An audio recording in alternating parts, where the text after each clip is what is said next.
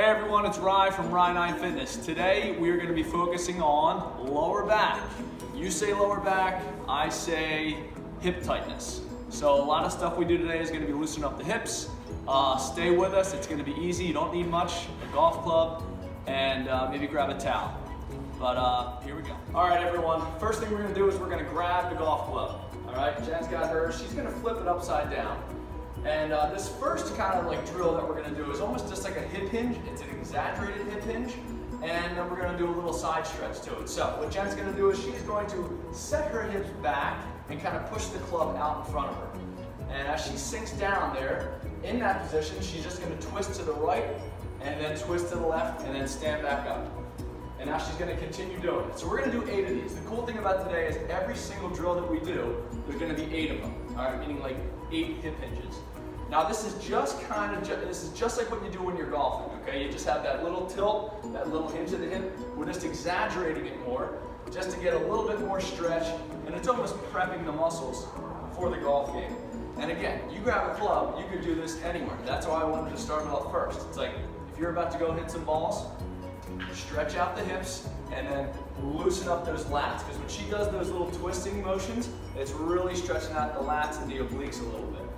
So Jen's is going to do 8 of these. How many more we got? Boom, very nice. All right everyone, for the next one, we are going to be down on all fours. What we're going to do here is just kind of like a simple little hip hinging. Again, we're staying with the hips, okay? What Jen's going to do, we're going to do 8 of them, is the first thing Jen's going to do is sit back on her heels. Awesome. Really trying to stretch out those lats again, and really just sitting back and relaxing on those heels. Now she's going to come forward, shift weight forward, and drop those hips down, okay? So she has a little curve here. We got hip extension going on. Notice Jen is kind of keeping her head and shoulders down while she's in that position. Now she's just going to sit back again on the heels. There's 3. Now she's going to come forward again. There's 4. And as you get better at it, the tempo can increase. Again, guys, this is just something to do. All these drills are meant to just make that back feel a little bit better. Because after a lot of golfing, after a lot of traveling, the back's going to get sore, it's going to get tight. And these are just meant to kind of loosen up, alleviate that pain. Very good stuff. And awesome. Great job. Okay everyone, for our next one, why don't you go ahead and get a towel of some type, because we're going to be taking a half kneel position, okay? Now half kneel, one knee is going to go on the towel. This leg up here, we want that 90-degree angle, okay? So not too far out, but not too close, a little 90-degree angle there. What Jen's going to do is, since her left leg's in front, that means we really want to accentuate this side of her body. So she's going to reach her right arm up. Now, what she's going to do is drift forward. As she drifts forward, she's going to reach her upper body back, okay? And there's 1, and then she's going to come back to the center. Now she's going to do 8 on the side there. And a couple cues here, what we're doing is we're working the sagittal plane, and we're working the right hip extension in the sagittal plane, okay? Now, if you have tight hips, which many people do, this is really going to feel like a huge stretch. So start off small. Almost feel like your arm is grabbing like a monkey bar. So when you drift forward, you kind of keep holding on to that monkey bar as you go forward. Yep. And again, ease into this one, because we're going to do 3 planes throughout this round. This is just the sagittal plane. This is just the first one. So Jen's going to switch sides. Left knee's down, right leg up. And that means the left arm's up. Yep. And just drifting forward, drifting back. And again, you can create your own tempo here. All right, you don't need to go super fast, and you don't need to go super slow. You can just kind of start rocking into this motion and really loosening up those hip flexors. Very good job. And again, the more you do this, guys, the better it's going to be, the better it's going to feel. Okay, everyone, next we are doing some cats and dogs, or cats and cows, however you want to say it. The only thing we're going to do is we're going to slow down the tempo, though. Okay, we're really going to take our time with it. Jen's going to get down on all fours. One cue I like to always use is the last thing to move here is going to be your head. Okay, so Jen's going to start with the hips. She's going to curl those hips underneath, and now tuck that head underneath as far as she can. And now starting with the hip first, now she's going to come out of it and then look up all the way. There we go. Now again, starting with the hips, tuck underneath, head last, and now hips start, and last. There we go. So what we're doing here, guys, is we're just working down this lower spine area, okay? And again, this kind of goes back to the more you do this one, it might feel a little awkward at first, but it's actually really, really good for your T-spine just to get some mobility in there. And we're just going to do 8 total. And that's 8 alternating, so that's really like kind of 4 cats and 4 dogs. And very good stuff. And bingo. Okay, everyone, we are going to go back down into a half kneeling position. So instead of working that sagittal plane like we did earlier, now we're going to work, it's called the frontal plane. So what Jen's going to do, left leg is up, her right arm's up to the sky, that arm is locked out. She's going to push her hips to the right side and reach her arm over to that left side. There's one, then she's going to come back up to the center. Very cool. Couple of points to think about here while you're doing them. Every time you push your hips over, you're thinking about stretching out. Now that hip flexor right here is getting a huge lateral stretch. Again, when you think of lateral stretches, it happens in golf. It happens in pretty much majority of sports. You're getting this stretch. So it's good to keep these muscles active. Very good job. And again, we're going to do 8 on the side, just like we've done before. And again, this padding, if you need a little bit more, maybe throw 2 towels underneath there, because it can get a little rough on the knees because you're kind of pushing to that lateral side. If you have a bad kneecap or anything, this probably doesn't feel as good. And again, think of tempo, okay? Jen's tempo is pretty medium. It's not like she's going too fast, she's not going too slow, and you're just coming over and up, and over and up. Very good. A lot of people, when I see them do this, they try to cheat and they try to reach in front of their body like this. Keep that arm locked up so it's locked in with your ear, okay? It's like always right next to that ear. Reaching across, very good. Jen, how many more do we got? 1 more. And very good job. Boom. All right, everyone, we're gonna move down to the floor again. All right, this time I just want you on your stomach. What we're gonna do is we're actually gonna get some quad stretches here. Again, we have 8 of them total. And what I want you to do is while you're on your stomach, your hips are on the floor, prop up on your forearms. Try to keep these shoulder blades relaxed, so down and depressed. Now, what Jen's gonna do is, this is very easy. She's gonna bend both of her knees up, boom, there's the squeeze, and back down. Now, Jen's gonna continue as I talk. Her toes aren't pointing up to the sky. I want them to try to remain kind of pointing down to the floor. Secondly, if you're doing this and you feel your hips starting to lift off the ground, you're trying too much. You're really gonna hurt your back by doing that, okay? That means you're trying to get your hip flexors to do this for you. We just want to stretch out the quads, that's all we're doing. So some people might need to stop right here, okay? Getting all the way down here is a tough thing to do, so take your time and kind of pace yourself as you get through this one. All right, everyone, we are back to a half kneeling position. We are going to now work the transverse plane. Transverse plane, very common in golf, very common in any racket sport. Here we go, Jen's going to take a knee. Left leg's going to be out. Because the left leg is out, she is now going to rotate to that left side. Good, now 2 things are happening. One is she's drifting forward. The second thing that's happening is she's just rotating. Notice how Jen is keeping her eyes straight ahead. We really just want to work on just that rotational aspect of back in here in her upper back, her mid back, and then obviously down to that hip flexor. We're going to do 8 on the side like we've been doing all day.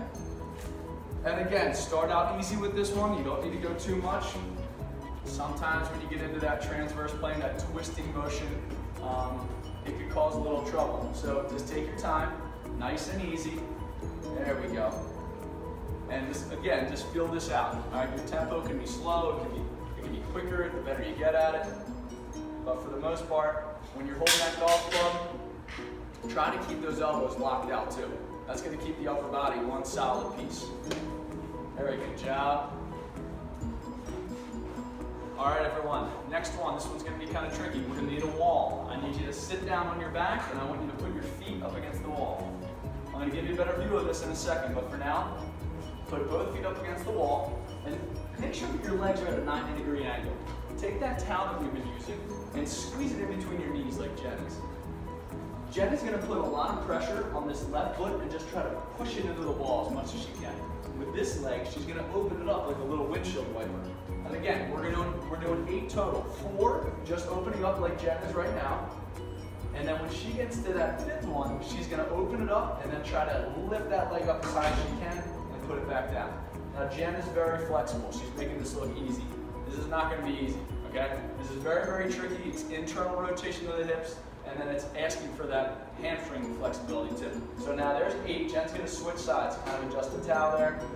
Remember guys, she's pushing this the whole time she's doing this. She's pushing that right leg into the wall. And another thing you can do is take your lower back and just try to flatten it against the floor too, okay? Just so everything's kind of working. You want total stabilization throughout your entire body. Very good job. But wow, this one really opens them up. You really got to be careful with it, okay? So take your time. Good job. All right, guys, next one. We are going to be on our back again. We're going to do a little figure 4 stretch here. We're going to alternate. How many are we doing? 8. What Jen's going to do is she's going to cross one leg over so her ankle is kind of resting on her leg. She's going to separate her arms a little bit just so they're teeth on the ground. Yeah. Now see how she dropped both of her legs over to that right side? She's going to take this knee and push it towards me. Big push. Now she's going to bring everything up, switch legs, and she's going to do it to this left side now. So down, push away. There we go. And just keep alternating back and forth. We have 8 total. Very good. Again, this is a great one for that internal rotation, but also now we're accentuating that external rotation too.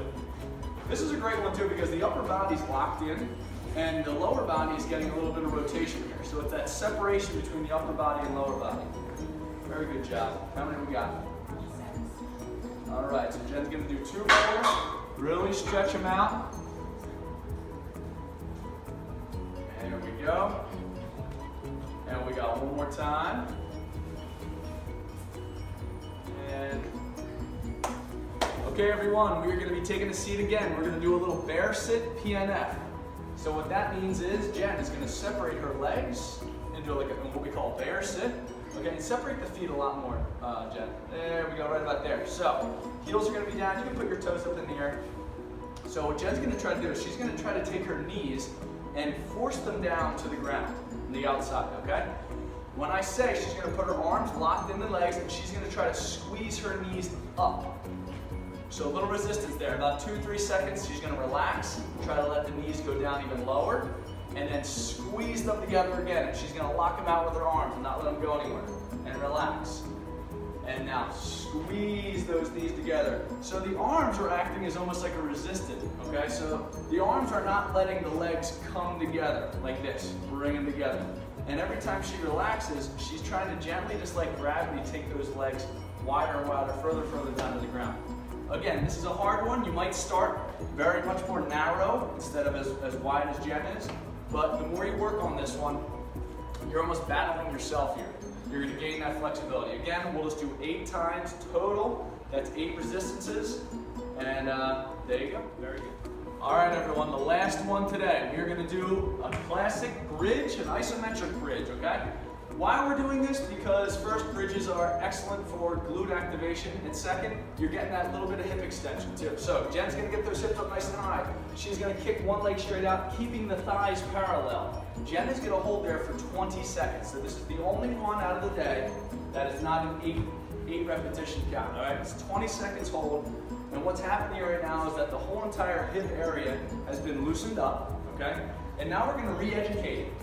We're almost basically telling it that we want the glute to remain, you can switch legs, Jen, the glute to remain the king of of the hip area, okay? So the glute's firing up right now. And Jen's just going to hold, as you notice, when you're doing it, if it's hard, if 20 seconds is too long, you're going to feel your hips start to kind of wobble and almost kind of one drop a little bit. But try to remain strong, and Jen is finished. Very. Hi, my name. Okay, everyone, we made it. That was a lot, and we did it the whole time with these 3 girls, not making too much noise. So, Jen, how do your hips feel? Great. See that? Girls, how do you guys feel? Great. Yeah, you guys want to say hello? Hi, my name's Layla. My name's Ella. My name's Riley. Okay. We go at TSC Swim Team. All right, until next time, we will stay tuned. See you next time. Yep, and be ready for more videos.